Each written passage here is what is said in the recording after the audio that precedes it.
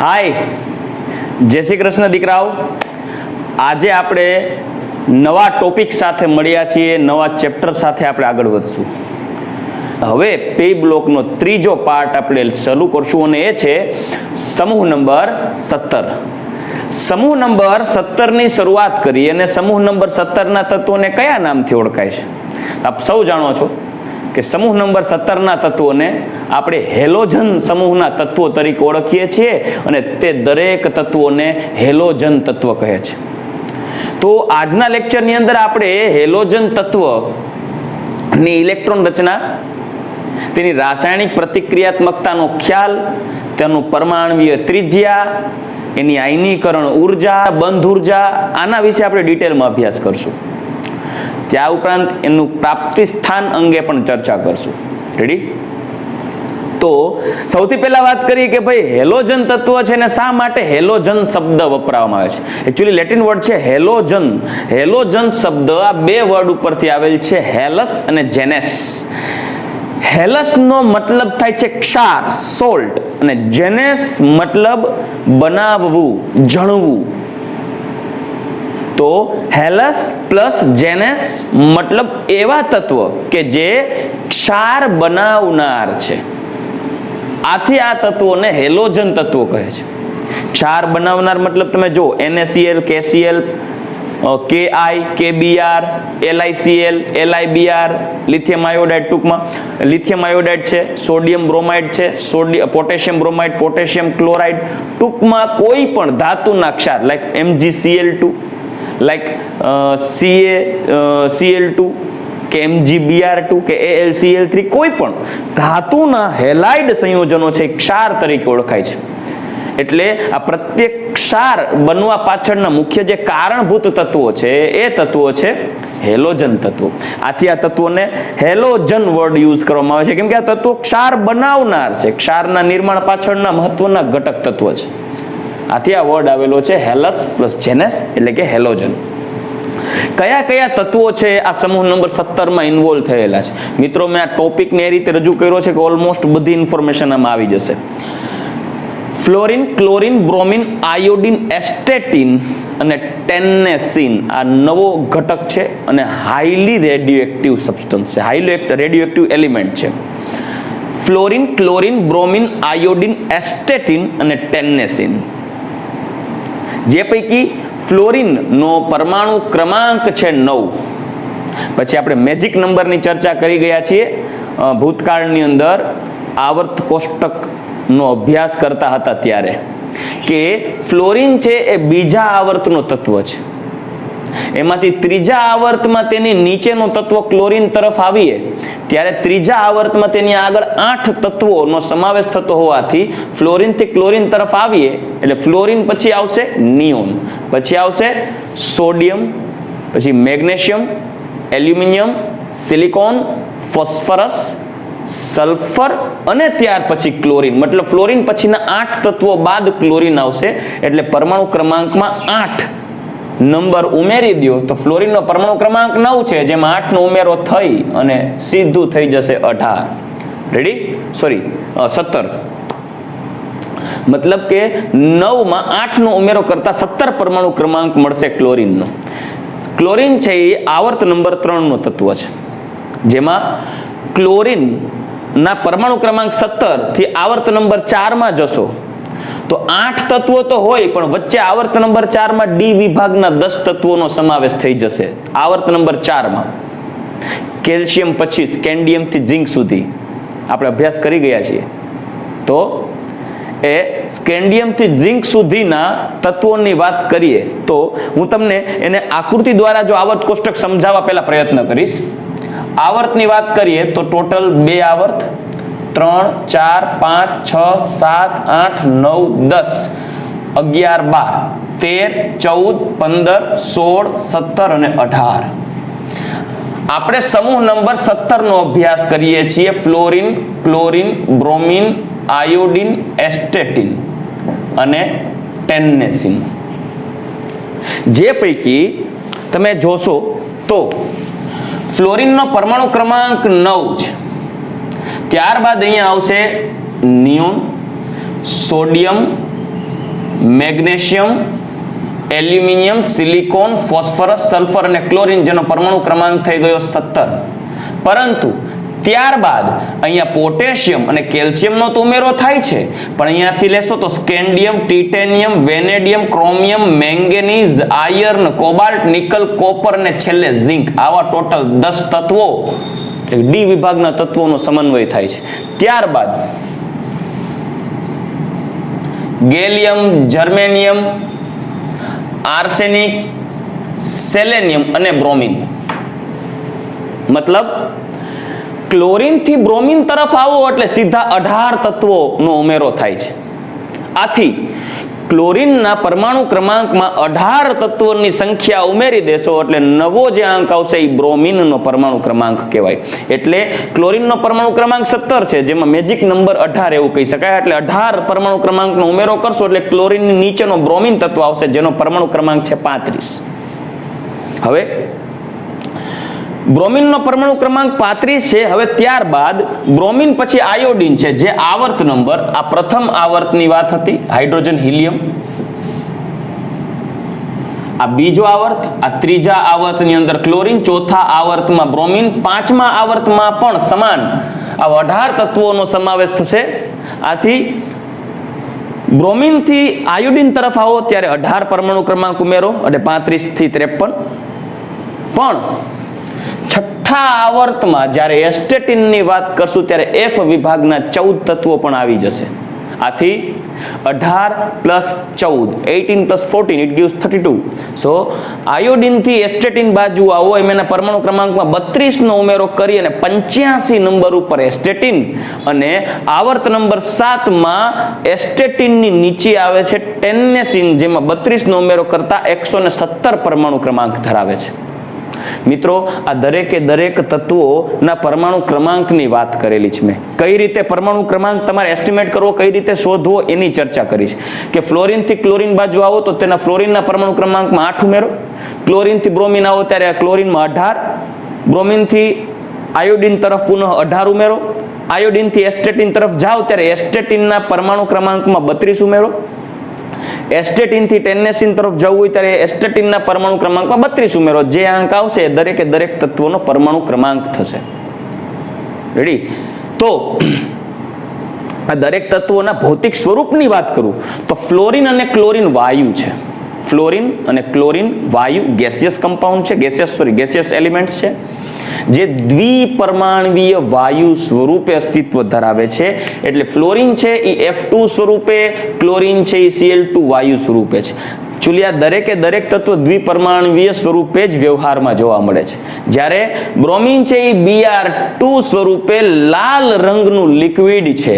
જ્યારે આયોડિન છે એ I2 દ્વિપરમાણવીય અણુ સ્વરૂપે હોય છે, જે જાંબલી રંગનો ઘન પદાર્થ છે.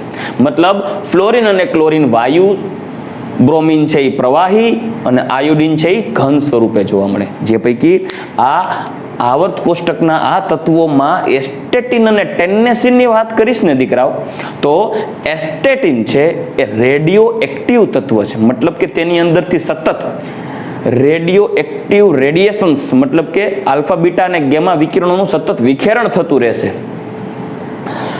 ટેન્નેસિન પણ હાઈલી રેડિયો એક્ટિવ એલિમેન્ટ છે, જે ખૂબ જ વધારે જથ્થામાં રેડિયેશન્સ રિલીઝ કરતા હોય છે. મતલબ કે આ બંને તત્વો રેડિયો સક્રિય હોય, એને વાતાવરણમાં જ્યારે રાખવામાં આવે છે ત્યારે તેની અંદરથી આલ્ફા, બીટા કે ગેમા રેડિયેશન્સ છે સતત વિખેરિત થતા હોવાથી તેનું સ્વયં પોતાના દળનું વિખંડન થતું હોય છે. મતલબ કે પોતાનું દળ રિડ્યુસ કરતા જતા હોય છે, ઘટાડતા જતા હોય છે. કેમ કે તેની અંદરથી જે તાકાતવાળા જે એનર્જેટિક રેડિયેશન્સ છે એ કન્ટિન્યુઅસલી સિક્રેટ થતા જાય છે. આથી સમયની સાથે એનો જે એકચ્યુઅલ જથ્થો લેવામાં આવેલો છે શરૂઆતમાં, એ સમયની સાથે તે જથ્થાનું દળ ઘટતું જશે. આથી શરૂઆતમાં ધારી લો કે તમે કોઈ એસ્ટેટિન અથવા તો ટેન્નેસિનનો 1 કિલોગ્રામ દળ ધરાવતો જથ્થો લીધો છે, તો એ જથ્થો 1 કિલોગ્રામમાંથી સતત તેમાંથી રેડિયેશન્સ વિખેરિત કરી અને તેના દળમાં ઘટાડો કરી અને એનું દળ અડધું થઈ જાય એટલે કે તમે એનું 1 કિલોગ્રામ જથ્થો લીધો છે એ અડધો કિલોમાં રૂપાંતર થાય, તેટલા માટે જે સમય લાગે છે આ ઘટનામાં, તે સમયને તે રેડિયોએક્ટિવ તત્વનું અર્ધાયુષ્ય સમય કહેવાય. પછી એ 500 ગ્રામ નિર્માણ પામી ગયા પછી 500 ગ્રામમાંથી 250 ગ્રામનો જે સમય લાગે એનો અર્ધાયુષ્ય સમય છે. એવું ન બને કે 1 કિલોમાંથી 500 ગ્રામ થઈ ગયો છે, રિડ્યુસ થઈ, એમાંથી વિકિરણો વિખેરિત કરી અને ત્યાર પછી 500 ગ્રામમાંથી 0, એવું ના થાય. અર્ધાયુષ્ય સમય મતલબ જે એકચ્યુઅલ જે એનું દળ છે એમાંથી અડધું દળ થવા માટે જે સમય લાગે એને એનો અર્ધાયુષ્ય સમય કહેવાય. જે પૈકી દીકરાઓ ખાસ યાદ રાખજો, ટેન્નેસિનની રેડિયો એક્ટિવિટી એટલી પ્રચંડ છે કે તેનો અર્ધાયુષ્ય સમય T½ મતલબ કે તેના એકચ્યુઅલ દળ કરતા અડધું દળ થવા માટે જે સમય લાગે છે ને એ સમય મિલી સેકન્ડમાં હોય છે. મિલી સેકન્ડ, ઇટ મીન્સ 10⁻³ સેકન્ડ, એટલે કે 1 સેકન્ડના 1000માં ભાગ કે તેનાથી પણ ઓછા સમયમાં તેનો અડધો જથ્થો રૂપાંતરણ પામે છે. મતલબ 1 કિલો તમે ટેન્નેસિન લો છો તો એ 1 કિલોમાંથી અડધો કિલો મિલી સેકન્ડની અંદર રૂપાંતરણ પામી જશે, અડધો કિલોનું વિકિરણ સ્વરૂપે વિખેરણ થઈ જશે. જો તમે અડધો કિલો લો છો તો અડધો કિલોમાંથી 250 ગ્રામ થતા માત્ર મિલી સેકન્ડ થશે, એનું દળ ઘટી જશે અને બાકીના દળનું વિકિરણ સ્વરૂપે વિખેરણ થશે. એના આ ગુણધર્મ ને એના રેડિયો એક્ટિવિટીનો ગુણધર્મ કહેવાય. દીકરાઓ, આ રેડિયો એક્ટિવ તત્વો એટલા ખતરનાક હોય છે કે તેમાંથી પ્રચંડ થતા આ વિકિરણો, પ્રચંડ સ્વરૂપે વિખેરિત થતા વિકિરણો જો આપણા શરીરમાં લાગુ પડે તો આપણે તેના દ્વારા ખૂબ જ તીવ્ર અસર થાય છે. એના કારણે કેન્સર થવાની શક્યતાઓ રહે છે, જેનેટિકલ ડિસઓર્ડર્સ જનરેટ થાય છે અને તેનો ઉપયોગ છે ન્યુક્લિયર બ્લાસ્ટ કરવામાં પણ થાય છે. પણ આ જે રેડિયો સક્રિય તત્વો છે એના વિશે આપણે આ ચેપ્ટરમાં ડિટેલમાં અભ્યાસ કરવાનો નથી. જે પૈકી ટેન્નેસિનનો તો અભ્યાસ કરવો પણ મુશ્કેલ છે, કારણ કે એનો અર્ધાયુષ્ય સમય મિલી સેકન્ડમાં છે. મતલબ કે તેના અભ્યાસ કરવા માટે તેની તો સ્થાયીતા હોવી જોઈએ, તો એનો આપણે અભ્યાસ કરી શકીએ ને. આથી ટેન્નેસિન વિશેનું મેં વાત કરી છે કે તેનો પરમાણુ ક્રમાંક 17 છે, પરંતુ આ ટેન્નેસિનનો અભ્યાસ કરી શકશું નહીં, કેમ કે તેનો અર્ધાયુષ્ય સમય માત્ર મિલી સેકન્ડમાં છે. હવે આપણે ચર્ચા કરી ગયા ભૌતિક સ્વરૂપ વિશે. ખાસ તો આપણા માટે આ 4 હેલોજન તત્વોનો અભ્યાસ કરવાનો છે. ફ્લોરિન છે એ વાયુ સ્વરૂપે છે, ક્લોરિન છે એ પણ વાયુ સ્વરૂપે છે, જ્યારે બ્રોમિન છે એ લાલ લોહી જેવો રંગ ધરાવે છે, પ્રવાહી સ્વરૂપે છે, અને આયોડિન છે એ જાંબલી રંગનો ઘન પદાર્થ છે. દરેકે દરેક ઘટકો હેલોજન તત્વ છે દ્વિપરમાણવીય અણુ સ્વરૂપે, એટલે કે F2Cl2 Br2 કે I2 સ્વરૂપે વ્યવહારમાં પ્રવર્તમાન છે. ચાલો દીકરાઓ, હવે આપણે એની ઇલેક્ટ્રોન રચના અંગેનો અભ્યાસ કરીએ. ઇલેક્ટ્રોન રચનાની વાત કરીએ તો આ દરેકે દરેક હેલોજન તત્વો ખરેખર આવર્ત કોષ્ટકનું જ્યારે નિર્માણ થયું છે ત્યારે એક જ સમૂહમાં એવા તત્વોને એરેન્જ કરવામાં આવે છે કે જે તત્વોની બાહ્યતમ કક્ષાની ઇલેક્ટ્રોન રચના સમાન હોય. તો આપણે આ તત્વોની બાહ્યતમ કક્ષાની ઇલેક્ટ્રોન રચના અંગે આપણે જોશું. તો આ ઇલેક્ટ્રોન રચના પરમાણુ બંધારણમાં અભ્યાસ કરી ગયા છીએ કે આ ઇલેક્ટ્રોન રચના, કોઈ પણ તત્વની ઇલેક્ટ્રોન રચના એરેન્જ કરવામાં આવે છે મુખ્યત્વે 3 નિયમોને આધારે: આઉફબાઉ, પૌલી અને હુન્ડનો નિયમ. હવે આઉફબાઉના નિયમની ચર્ચા કરીએ તો હું તમને બીજી રીતે મેં જેમને શીખડાવેલું છે કે બીજી રીતે આપણે આઉફબાઉના નિયમનું પાલન કરી અને તમને એક શોર્ટકટ ટ્રીક આપી દઉં કે કઈ રીતે આપણે કક્ષકોનો ક્રમ રાખશું ઇલેક્ટ્રોનની ગોઠવણી માટે. તો ચાલો, સૌથી પહેલા ધારો કે આપણે આ ટોચનો ભાગ છે પ્રથમ કક્ષક છે, તો આ બીજી કક્ષક, ત્રીજી પ્રથમ કક્ષા છે, પ્રથમ કક્ષા છે, તો આ બીજી કક્ષા, ત્રીજી કક્ષા, ચોથી કક્ષા, પાંચમી કક્ષા, છઠ્ઠી કક્ષા અને આ સાતમી કક્ષા વિશે વાત કરીએ. તો પ્રથમ કક્ષામાં તો એક 1s કક્ષક, જ્યારે બીજી કક્ષામાં આપણે ગોઠવણી કરશું તો તમારે સૌથી પહેલા અહીંયા 2s અને અંતે અહીંયા લખવાનું થશે 2p 3s 3p 4s 4p 5s 5p 6s 6p 7s 7p આવું લખીએ. રેડી? જે પૈકી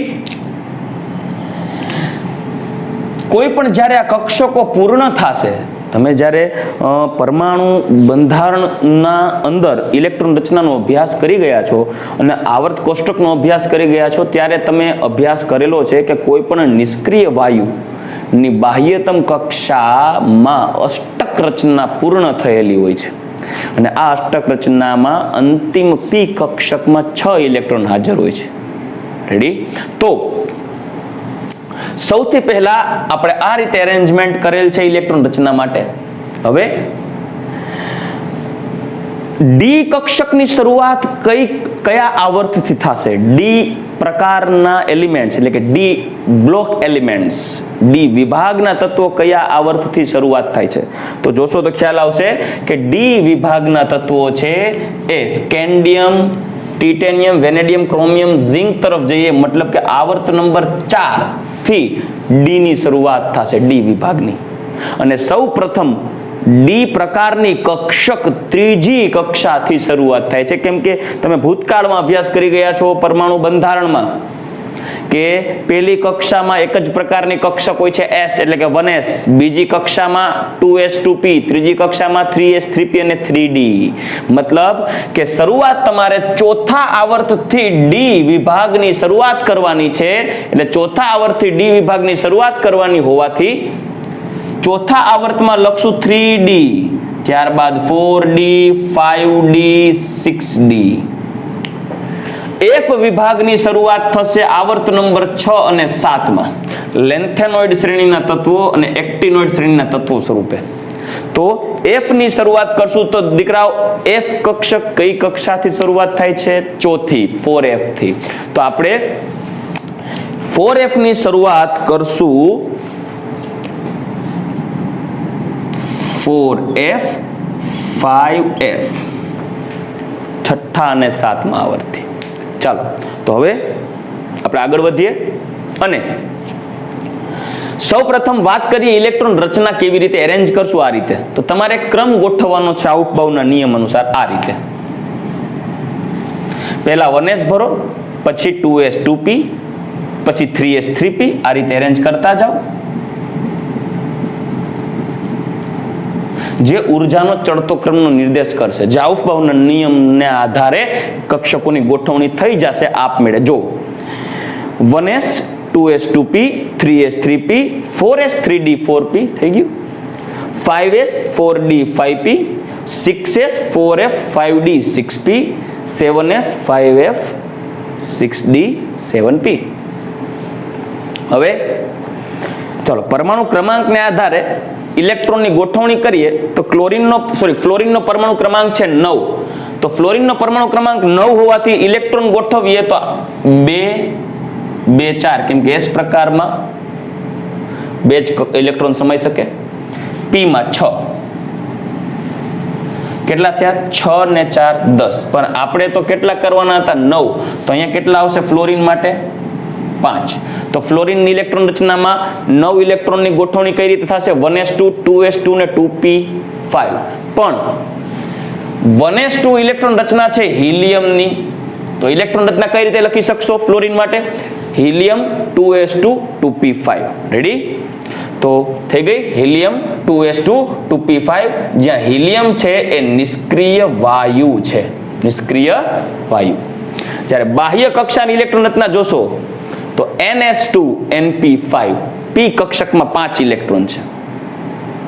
હવે આગળ ક્લોરીન તરફ જઈએ તો પરમાણુ ક્રમાંક 17 છે, એટલે આપણે 17 ઇલેક્ટ્રોનની ગોઠવણી કરવાની છે. ઓકે, તો 2 4 એટલે 2 ઉમેરશો એટલે 4, બીજા 6 ઉમેરીએ p પ્રકારમાં તો 6 ને 4 10 ને 2 12, 12 ને 5 17. પણ જ્યારે p6 થાય ત્યારે તમારે અહીંયા લખી નાખવાનું નિયોના શોર્ટકટ ટ્રીક છે દીકરાઓ, નિયોનો. તો તો ક્લોરીન ઇલેક્ટ્રોન રચના લખવી હોય તો આવી લખી શકો, neon 3s2 3p5 shortcut, neon 3s2 3p5 તો થઈ ગયું નિયોન 3s2 3p5.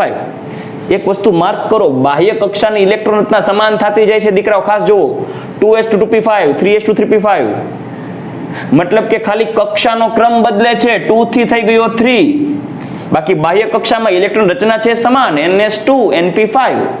આગળ વધીએ, બ્રોમિન પરમાણુ ક્રમાંક 35, તો અહીંયા 6 લખીએ તો ઇલેક્ટ્રોન રચના જોશો 2 2 4 6 10 2 12 6 18 2 20 10 30 ને 5 35 થઈ ગયા 35. પરંતુ અહીંયા હિલિયમ લખેલું છે તો અહીંયા લખશું, સોરી નિયોન લખેલું છે અહીંયા લખશું આર્ગોન. તો ઇલેક્ટ્રોન રચના કંઈક આવી થશે, જોજો ખાસ બ્રોમિન માટે. Argon 4s2 3d10 4p5, argon 4s2 3d10 4p5. 310 મેં અંદર એટલે લખેલું છે કેમ કે 3d એ ત્રીજી કક્ષાની અંદર રહેલી કક્ષક છે, એટલે સૌપ્રથમ 4s માં 2 ઇલેક્ટ્રોન સમાય, ત્યારબાદ 3d માં સમાય ને ત્યારબાદ 4p. પણ બાહ્ય કક્ષાની ઇલેક્ટ્રોન રચના તો આ જ કહેવાશે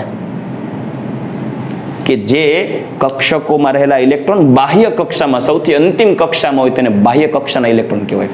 તો બ્રોમિનની બાહ્યતમ કક્ષાની ઇલેક્ટ્રોન રચના જોઈ શકો છો, આર્ગોન 3d10 4s2 4p5 જે ns2 np5 ને મળતી છે. એ જ રીતે આયોડિનમાં પણ તમે જોઈ શકો છો, આયોડિનનો પરમાણુ ક્રમાંક છે 52. તો 52 ની વાત કરીએ તો અહીંયા 6 મૂકીને આગળ વધીએ, 2 2 4 6 10 2 12 6 18 2 20 10 30 ને 6 36. આપણે 36 નહીં, આપણે કરવા છે 53. તો 36 ને 2 38 ને 10 48 48 અને 5 53 થઈ ગયા. તો અહીંયા તમારે લખવાનું થશે ક્રિપ્ટોન. તો આયોડિનની ઇલેક્ટ્રોન રચના કઈ થાય? ક્રિપ્ટોન 5f2 4d10 5p5 જોઈ શકો છો અહીંયા ક્રિપ્ટોનની ઇલેક્ટ્રોન રચના, આયોડિનની ઇલેક્ટ્રોન રચના ક્રિપ્ટોન 5s2 4d10 5p5, જે પૈકી 5s2 5p5 બાહ્યતમ કક્ષાની ઇલેક્ટ્રોન રચના છે.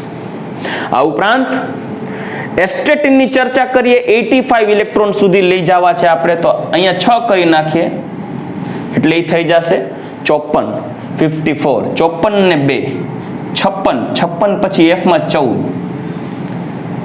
70 70 ને 10 80 અને 5 85. અહીંયા લખશું આપણે ઝેનોન. તો ઝેનોન એસ્ટેટિન માટે ઝેનોન 6s2 ત્યારબાદ 4f14 અને અંદર એટલે લખેલી છે કેમ કે 4f છે એ ચોથી કક્ષામાં હોય, બાહ્ય કક્ષા આપણી છઠ્ઠી છે. તો 6s2 4f14 5d10 અને 6p5 જેમાં બાહ્ય કક્ષાની ઇલેક્ટ્રોન રચના થઈ ns2 np5. એ જ રીતે તમે ટેન્નેસિનની પણ ઇલેક્ટ્રોન રચના લખી શકો. આઈ હોપ કે તમે સમજી ગયા હું શું કહેવા માંગુ છું, કઈ રીતે આપણે ઇલેક્ટ્રોન રચના લખવી. પરંતુ આ તો એક શોર્ટકટ ટ્રીક છે, જો તમને આઉફબાઉના નિયમને સરળતાથી સમજવામાં જો આ રીતને ફોલો કરશો તો મજા આવશે. ચાલો, આ રીતે આપણે ઇલેક્ટ્રોન રચના તો ગોઠવી ગયા, પણ દરેકે દરેક ઇલેક્ટ્રોન રચના જુઓ, બાહ્યતમ કક્ષાની ઇલેક્ટ્રોન રચના બધામાં સમાન છે, જોઈ શકો છો ns2 np5. તો પરિણામે આ સમૂહના તત્વની સામાન્ય ઇલેક્ટ્રોન રચના લખી શકાય. સામાન્ય ઇલેક્ટ્રોન રચના કઈ થશે? ઉમદા વાયુ ns2 np5 ns2 np5 જ્યાં n બરાબર 2 થી 7 કેમ કે પ્રથમ કક્ષામાં તો p તો ગેરહાજર હોય છે એટલે p ની વાત તો નહીં કરી શકીએ, એટલે n બરાબર 2 થી 7. ચલો રેડી, ઓકે. તો આ આપણે પૂર્ણ કરી ગયા ઇલેક્ટ્રોન રચનાની વાત. હવે આપણે આગળ વધીએ તો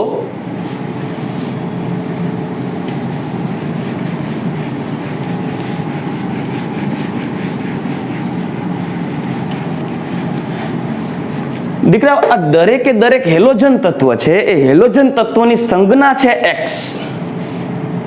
જ્યાં X બરાબર ફ્લોરિન, ક્લોરિન, બ્રોમિન, આયોડિન કે એસ્ટેટિન કે ટેન્નેસિન લઈ શકો. પરંતુ તમે ઘણીવાર જોશો તો S પ્રકારની હેલોજન તત્વો છે, હેલોજન તત્વની બહાર બિંદુ સ્વરૂપે ઇલેક્ટ્રોન દર્શાવેલા હોય છે.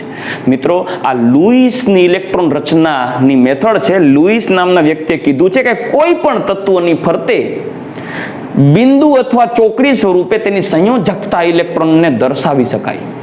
સંયોજકતા ઇલેક્ટ્રોન એટલે એવા ઇલેક્ટ્રોન કે જે રાસાયણિક પ્રક્રિયામાં ભાગ લઈ શકે છે. કોઈ પણ તત્વના એવા જ ઇલેક્ટ્રોન રાસાયણિક પ્રક્રિયામાં ભાગ લઈ શકે કે જે ઇલેક્ટ્રોન તેની છેલ્લી કક્ષામાં હોય. આથી આવા ઇલેક્ટ્રોનને સંયોજકતા ઇલેક્ટ્રોન અને તે કક્ષાને સંયોજકતા કક્ષા કહેવાય. રેડી? તો અંતિમ કક્ષા જેને સંયોજકતા કક્ષા કહેવાય, એની અંદર જેટલા ઇલેક્ટ્રોન હોય એને એ તત્વના સંયોજકતા ઇલેક્ટ્રોન કહેવાય અને એ તત્વના સંજ્ઞાની ફરતે એ ઇલેક્ટ્રોનની સંખ્યાને બિંદુ અથવા ચોકડી વડે દર્શાવી શકો. તો તમે અહીંયા જોઈ શકો છો દરેકે દરેક તત્વમાં બાહ્યતમ કક્ષાની ઇલેક્ટ્રોન રચના જુઓ તો એ છે 2 અને 5, ટોટલ 7 સંયોજકતા કક્ષામાં રહેલા તત્વો હાજર છે. 7. આથી આ દરેક તત્વોની ફરતે આવી રીતે તમે 7 ઇલેક્ટ્રોન્સને બિંદુ અથવા ચોકડી સ્વરૂપે દર્શાવી શકો છો. 7 1 2 3 4 5 6 7. આ એનું સાંકેતિક નિરૂપણ છે. આ દરેકે દરેક તત્વને સંજ્ઞા સ્વરૂપે દર્શાવવામાં આવે છે. આ તમે ઘણીવાર જોયું હશે કે આવી રીતે 7 ડોટ્સ કેવી રીતે, ઓલમોસ્ટ આ બેઝિક કોન્સેપ્ટ છે, દરેક વિદ્યાર્થીઓને ખ્યાલ હશે, પણ જે વ્યક્તિઓને બાય ચાન્સ નહીં આવડતું. ચાલો દીકરા, હવે આપણે આ દરેક હેલોજન તત્વોના પ્રાપ્તિ સ્થાનની વાત કરીએ. આપણે એના ભૌતિક સ્વરૂપ વિશે ચર્ચા કરી ગયા કે ભાઈ ફ્લોરિન અને ક્લોરિન છે એ ગેસિયસ સ્વરૂપે છે, જે આવર્ત કોષ્ટકમાં હેલોજન તત્વો પૈકીના આ 2 તત્વો એવા છે જે કુદરતમાંથી વધારે જથ્થામાં મળી આવે છે. ત્યારબાદ મળી આવતા તત્વોમાં બ્રોમિન અને આયોડિન છે આ હેલોજન સમૂહના તત્વો પૈકી, જેમાં બ્રોમિન છે એ લાલ રંગનું લોહી જેવું પ્રવાહી છે અને આયોડિન છે એ જાંબલી રંગનો ઘન પદાર્થ છે. દીકરા, આયોડિનનો ઉપયોગ ઓલમોસ્ટ ઔષધોની અંદર કરવામાં આવે છે એન્ટિસેપ્ટિક ગુણધર્મને કારણે. ઓકે, તો ત્યારે આપણે આયોડિન વિશે ચર્ચા કરશું, ત્યારે ડિટેલમાં અભ્યાસ કરશું. હવે એના પ્રાપ્તિ સ્થાન અંગેની વાત કરીએ તો ફ્લોરિનની પ્રાપ્તિ વધારે ક્યાંથી થાય છે? ફ્લોરિન છે એ ફ્લોરાઇડ સંયોજનોમાંથી પ્રાપ્ત થાય છે. ફ્લોરાઇડ સંયોજનો તમે જોયું હશે કે હોલ હેરાઉલ્ટ પદ્ધતિ તમે જોઈ ગયા છો એલ્યુમિનિયમના નિષ્કર્ષણ માટે ધોરણ 10 ની અંદર. રાઈટ? આ હોલ હેરાઉલ્ટ પદ્ધતિની અંદર Al2O3 ને જલ્દી પીગલિત કરવા અને તેનું વિદ્યુતીય રિડક્શન કરી એલ્યુમિનિયમ પ્રાપ્ત કરવા માટે તેની અંદર ક્રાયોલાઇટ અથવા ફ્લોસ્પાર નામના ઘટકને ઉમેરવામાં આવતા. એ ફ્લોરાઇડ યુક્ત સંયોજનો છે. આ ફ્લોરાઇડ યુક્ત સંયોજનો સ્વરૂપે ફ્લોરિન પ્રાપ્ત થાય છે, જેમાં ફ્લોસ્પાર એટલે કેલ્શિયમ ફ્લોરાઇડ અને ક્રાયોલાઇટ એટલે Na3Al(F6) આ એક પ્રકારનું સંકીર્ણ સંયોજન છે.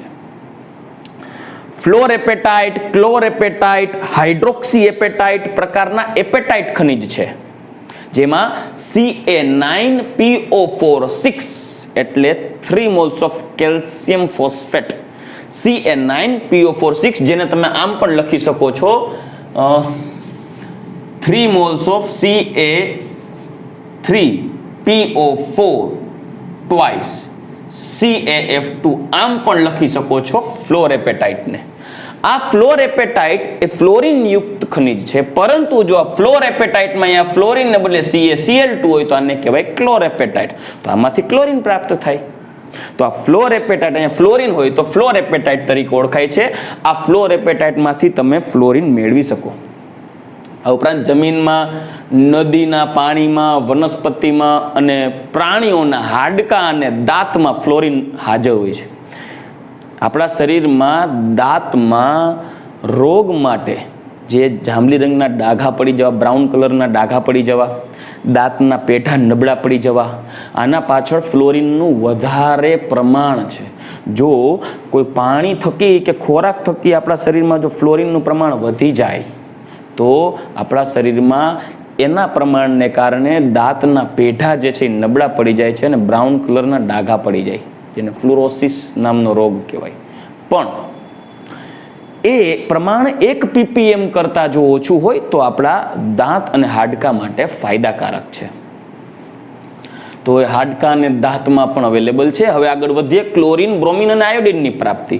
મિત્રો, દરિયામાંથી સોડિયમ, પોટેશિયમ અને મેગ્નેશિયમના ક્લોરાઇડ ક્ષાર એટલે કે KCl, NaCl કે MgCl2 ક્ષાર સ્વરૂપે દરિયામાંથી 2.5% ક્લોરીન પ્રાપ્ત થાય છે. 2.5% એટલે કુલ વજનના 2.5% વજનથી 2.5% જેટલો ક્લોરીન પ્રાપ્ત થાય છે NaCl, KCl કે MgCl2 ક્ષાર સ્વરૂપે. દીકરાઓ, NaCl નો ગુણધર્મ છે એ હાઇગ્રોસ્કોપિક નથી. હાઇગ્રોસ્કોપિક એટલે ભેજગ્રાહી, મતલબ કે NaCl ભેજનું ગ્રહણ ન કરે. પરંતુ તમને પ્રશ્ન થશે કે સર તમે એવું કહો છો કે ભેજ ગ્રહણ ન કરે ક્લોરીન, બરાબર? એટલે કે NaCl છે, NaCl ની વાત કરું છું, ક્લોરીનની વાત નથી કરતો. NaCl હાઇગ્રોસ્કોપિક નથી, ભેજગ્રાહી નથી. ઓકે, ભેજગ્રાહી એટલે વાતાવરણમાં ખુલ્લું રાખવામાં આવે, જો વાતાવરણમાં ભેજ હાજર હશે તો એ ભેજનું શોષણ કરી અને એ જે મીઠું છે એ લોંદા જેવું થઈ જશે, એકદમ ભેજયુક્ત થઈ જશે. પણ એ ભેજગ્રાહી નથી, હું એમ કહું છું. પણ ત્યારે તમે કહેશો કે સર ચોમાસામાં ઘરે મીઠાની ડબલી હોય છે, એની અંદર મીઠું છે એ ભેજનું ગ્રહણ કરી અને એકદમ પેસ્ટ જેવું થઈ જાય છે, એનું શું કારણ? હકીકતમાં એ જે મીઠું છે એ સંપૂર્ણપણે પ્યોર મીઠું ન હોતા તેની અંદર રહેલી મેગ્નેશિયમના ક્લોરાઇડની અશુદ્ધિ હોય છે. આ મેગ્નેશિયમના ક્લોરાઇડની અશુદ્ધિ હાઇગ્રોસ્કોપિક છે, ભેજગ્રાહી છે. એને કારણે જે મીઠું છે એ હાઇગ્રોસ્કોપિસિટીનો ગુણધર્મ ધરાવશે. એટલે ચોમાસામાં ઘરે રહેલી મીઠાની ડબલીમાં મીઠું છે એ જામી જાય છે, એટલે જેને સ્પ્રિંકલ કરવાથી તેની અંદરથી મીઠું નીકળતું નથી. રેડી? તો એ દરિયામાંથી જે આપણે મેળવીએ છીએ મોટા ભાગે દરિયામાંથી, ને દરિયામાં મેગ્નેશિયમના ક્લોરાઇડ અશુદ્ધિ સ્વરૂપે હોય ભેગા, એટલે તેની અંદર અશુદ્ધિ આવી જાય. તો મેગ્નેશિયમ, પોટેશિયમ કે સોડિયમના ક્લોરાઇડ સ્વરૂપે દરિયામાં વજનથી 2.5% ક્લોરીન મળે. આ ઉપરાંત શુષ્ક થયેલ સમુદ્ર એટલે સમુદ્રનું પાણી જે છે એને સૂકવી નાખવામાં આવે, અમુક નાના નાના તળાવ જેવું બનાવીને જે મીઠાના અગરિયા જેને કહેવાય એ બનાવે છે. એ જ્યારે શુષ્ક થયેલ સમુદ્ર હોય, પાણી દૂર થાય ત્યારે એની અંદર ક્લોરીન છે એ NaCl અને કાર્નેલાઇટ ખનિજ સ્વરૂપે હોય. આ કાર્નેલાઇટ ખનિજમાં પોટેશિયમ અને મેગ્નેશિયમના ક્લોરાઇડના જલીય ક્ષાર છે KCl, MgCl2, 6H2O અને NaCl સ્વરૂપે તેની અંદર હાજર હોય છે. સામુદ્રિક વનસ્પતિઓમાં અને સમુદ્રમાં પ્રાણીઓ જે હોય છે, સામુદ્રિક પ્રાણીઓ છે જેમાં જીવ સંતતિ છે, આ ઉપરાંત વનસ્પતિમાં લગભગ 0.5% જેટલું આયોડિન હોય છે. ઇવન આપણે પણ આપણા શરીરમાં થાઇરોઇડ ગ્રંથિમાંથી ઉત્પન્ન થતા થાઇરોક્સિન અંતસ્ત્રાવમાં પણ આયોડિનનું પ્રમાણ જળવાતું હોય છે. જો આપણે આયોડિનનું પ્રમાણ શરીરમાં મેન્ટેન નહીં થાય તો ગોઈટર નામના રોગ થવાની શક્યતા રહે છે. એટલે ઓલમોસ્ટ મીઠું છે એ આયોડાઇઝ્ડ મીઠું તરીકે લેવામાં આવે છે. એટલે કે જે બજારમાંથી સારી કક્ષાનું મીઠું લઈએ તે આયોડાઇઝ્ડ મીઠું, એટલે એની અંદર આયોડિનનું યોગ્ય પ્રમાણ ઉમેરેલું હોય. સામુદ્રિક વનસ્પતિઓમાં 0.5%ની આસપાસ આયોડિન હાજર હોય છે. ઉપરાંત ચીલી સોલ્ટ પીટર એટલે કે NaNO3માં 0.2%ની આસપાસ સોડિયમ આયોડેટ હોય છે. સોડિયમ આયોડેટ એટલે NaIO3, જ્યાં IO3 એ આયોડેટ આયન તરીકે ઓળખાય, સોડિયમ આયોડેટ. ઉપરાંત બ્રોમિનની વાત કરીએ તો બ્રોમિન છે એ ધાતુના બ્રોમાઇડ ખનિજ સ્વરૂપે પણ જોવા મળે છે. આ ઉપરાંત તે Br2 લિક્વિડ ફોર્મમાં પ્રાપ્ત થાય છે, જે લોહી જેવું અને પ્રચંડ તીવ્ર વાસ ધરાવતું પ્રવાહી છે. એના સંપર્કમાં આવવાથી વ્યક્તિઓના બ્લડ સેલ, મતલબ જો આપણી સ્કિન ઉપર બ્રોમિન પડે, બ્રોમિનનો ડ્રોપ પડે તો એ સ્કિનની અંદર જઈને રક્તકણોને ફાડી નાખે છે અને એની અસરથી બ્લડ કેન્સર પણ થવાની શક્યતા રહે છે. આ ઉપરાંત બ્રોમિન જે છે સ્કિન ઉપર પડે તો સ્કિનને ફાડી નાખે છે, એટલે કે જેની એસિડથી જે કોઈ અંગ ઉપર એસિડ પડે ને જેવી અસર થાય એવી અસર બ્રોમિનથી થાય છે. અને એની તીવ્ર વાસને કારણે વ્યક્તિ મૂર્છિત પણ થઈ જાય, એટલે કે બેભાન પણ થઈ જાય છે. રેડી? તો એ આપણે પ્રાપ્તિ સ્થાન હેલોજન સમૂહના પ્રાપ્તિ સ્થાન અંગેની ચર્ચા કરી ગયા. ઓકે, હવે આપણે વાત કરીએ હેલોજન સમૂહના તત્વોમાં. સમૂહમાં ઉપરથી નીચે તરફ જઈએ ત્યારે તેનો ટ્રેન્ડ શું છે, મતલબ એની આવર્તનીયતા શું છે, એટલે કે પરમાણુય ત્રિજ્યા, આયનીકરણ ઉર્જા, વિદ્યુત ઋણતા, બંધ ઉર્જા, બરાબર, આયનીકરણ ઉર્જા, ઇલેક્ટ્રોન પ્રાપ્તિ, એન્થાલ્પી, આ બધા વિશે ચર્ચા કરીએ. સૌપ્રથમ આપણે ચર્ચા કરશું દીકરાઓ સમૂહમાં ઉપરથી નીચે તરફ જઈએ. સમૂહમાં ઉપરથી નીચે તરફ આગળ વધીએ. કઈ બાજુ? ફ્લોરીન, ક્લોરીન, બ્રોમીન, આયોડીન, એસ્ટેટિન તરફ આગળ વધીએ તેમ તેમ ઇલેક્ટ્રોન રચનાની વાત કરીએ. સૌપ્રથમ વાત કરશું ઇલેક્ટ્રોન રચના. તો દીકરાઓ સામાન્ય ઇલેક્ટ્રોન રચનાની ચર્ચા કરી ગયા ઉમદા વાયુ NH2NP5, પરંતુ ફ્લોરીન થી આયોડીન તરફ જતા મુખ્ય ક્વોન્ટમાંક n એટલે બાહ્ય કક્ષા માટે n નું મૂલ્ય વધતું જાય છે. એટલે કે ઉમદા વાયુ NH2NP5 જે બાહ્ય કક્ષામાં કુલ 7 ઇલેક્ટ્રોન હોવાથી હેલોજન સમૂહના તત્વોની સંયોજકતામાં 7 સંયોજકતા ઇલેક્ટ્રોન એટલે કે સંયોજકતા કક્ષામાં 7 સંયોજકતા ઇલેક્ટ્રોન હોય છે, જ્યાં n બરાબર 2 થી લઈ 7. એટલે કે તમે જોઈ શકો છો ફ્લોરીન માટે બાહ્ય કક્ષા નંબર 2, ક્લોરીન માટે બાહ્ય કક્ષા નંબર 3, બ્રોમીન માટે બાહ્ય કક્ષા 4, આયોડીન માટે બાહ્ય કક્ષા 5 અને એસ્ટેટિન માટે બાહ્ય કક્ષા 6.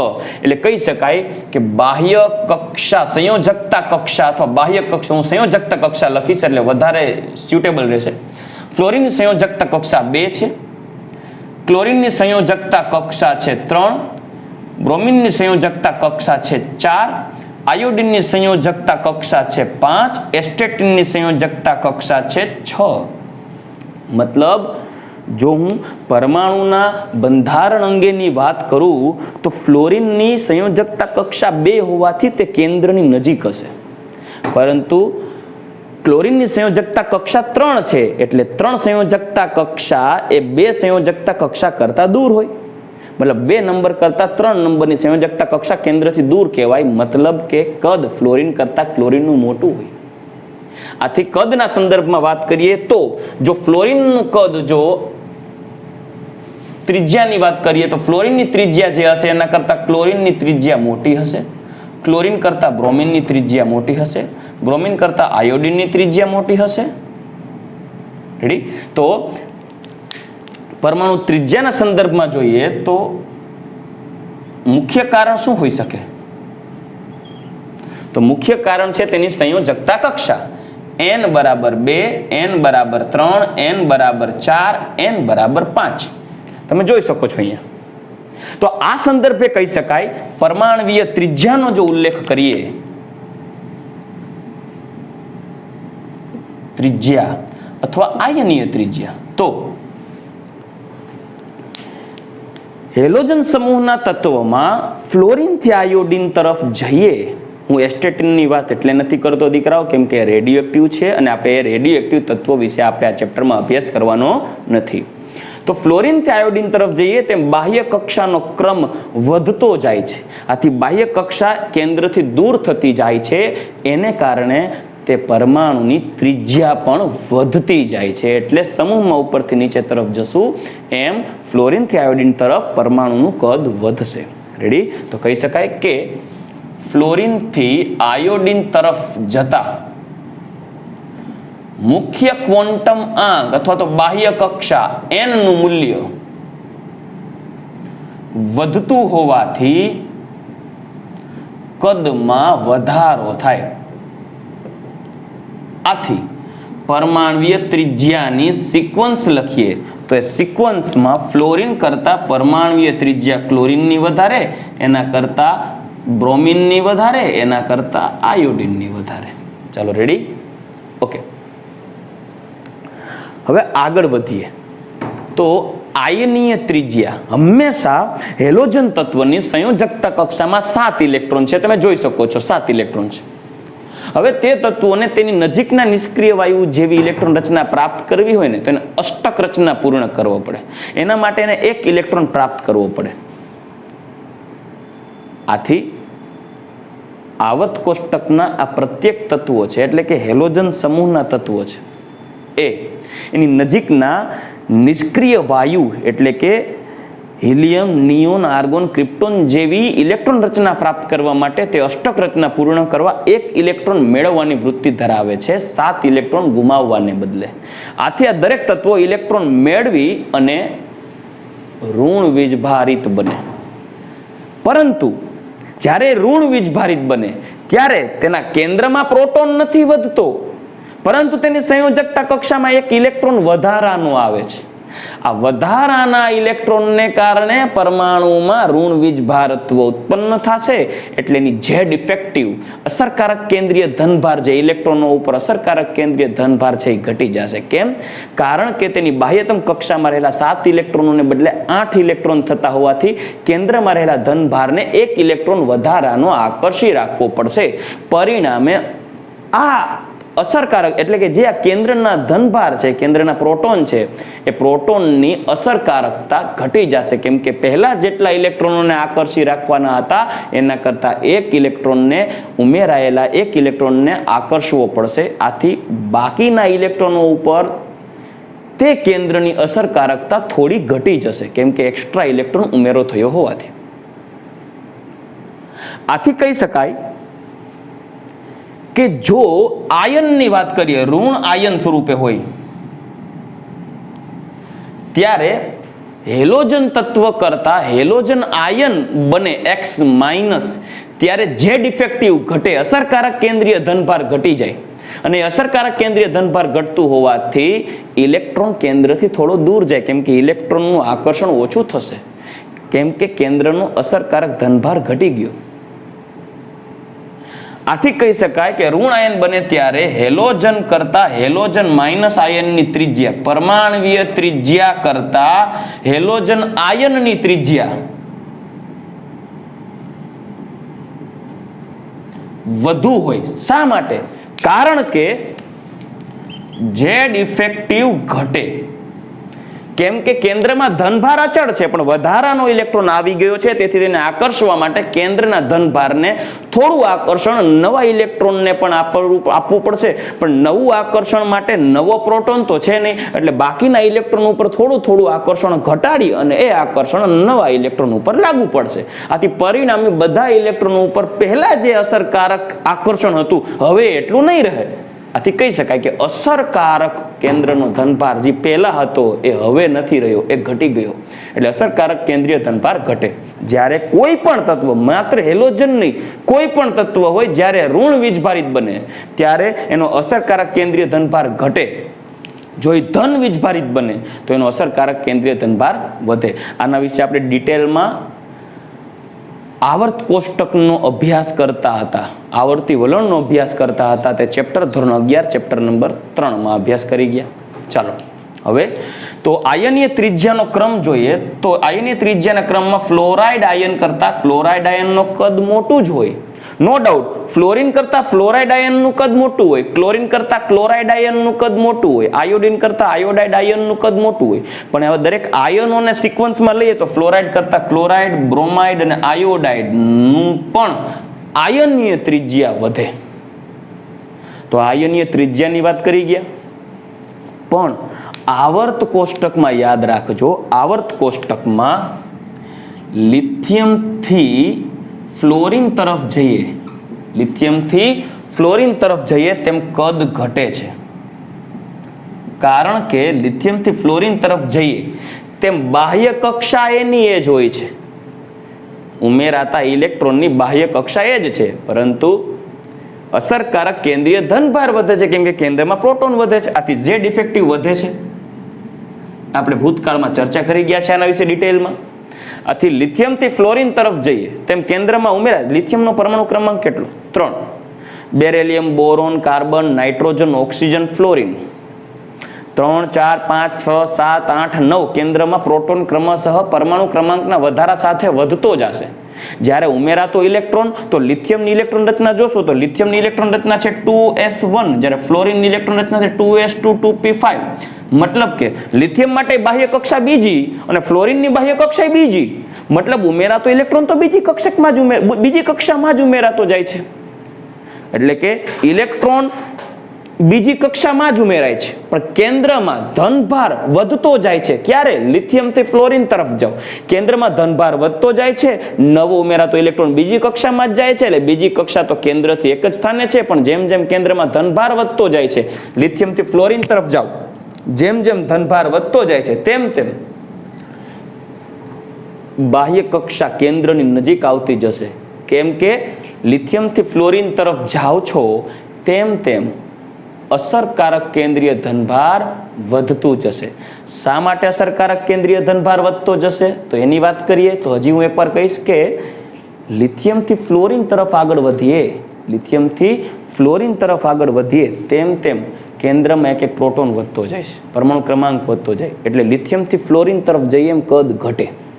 તો ફ્લોરિનનું કદ જેમ નાનું છે એ જ રીતે સોડિયમથી ક્લોરિનમાં ક્લોરિનનું કદ નાનું, પોટેશિયમથી બ્રોમિનમાં બ્રોમિનનું કદ નાનું. આથી કહી શકાય કે, ખાસ યાદ રાખજો, આવર્ત કોષ્ટકમાં પ્રત્યેક આવર્તના તત્વો પૈકી હેલોજન તત્વોના કદ અથવા હેલોજન તત્વની ત્રિજ્યા સૌથી નાની હોય છે. એટલે હું તમને એનું એક્ઝામ્પલ આપું તો આવર્ત નંબર 2 ની વાત કરીએ તો લિથિયમથી ફ્લોરિન તરફ જઈએ તેમ તેમ કદ ઘટે અને ફ્લોરિનનું કદ નાનું. આવર્ત નંબર 3 માં સોડિયમથી ક્લોરિન તરફ જઈએ તેમ ક્લોરિનનું કદ નાનું. આવર્ત નંબર 4 માં પોટેશિયમથી બ્રોમિન તરફ જઈએ એમ બ્રોમિનનું કદ નાનું. એટલે આવર્ત કોષ્ટકના પ્રત્યેક તત્વોમાં પ્રત્યેક આવર્તના તત્વો પૈકી હેલોજન સમૂહના તત્વોના કદ અને ત્રિજ્યા સૌથી નાના હોય છે. ચાલો, તો આ પરમાણુય ત્રિજ્યા અંગેની પણ વાત પૂર્ણ કરી ગયા અને ઇલેક્ટ્રોન રચનાની વાત કરી ગયા. હવે આપણે આગળ ડિસ્કસ કરશું એ છે તેની આયનીકરણ ઉર્જા, તેની વિદ્યુત ઉર્જા, તેની બંધ ઉર્જા અને ઇલેક્ટ્રોન પ્રાપ્તિ ઉર્જા.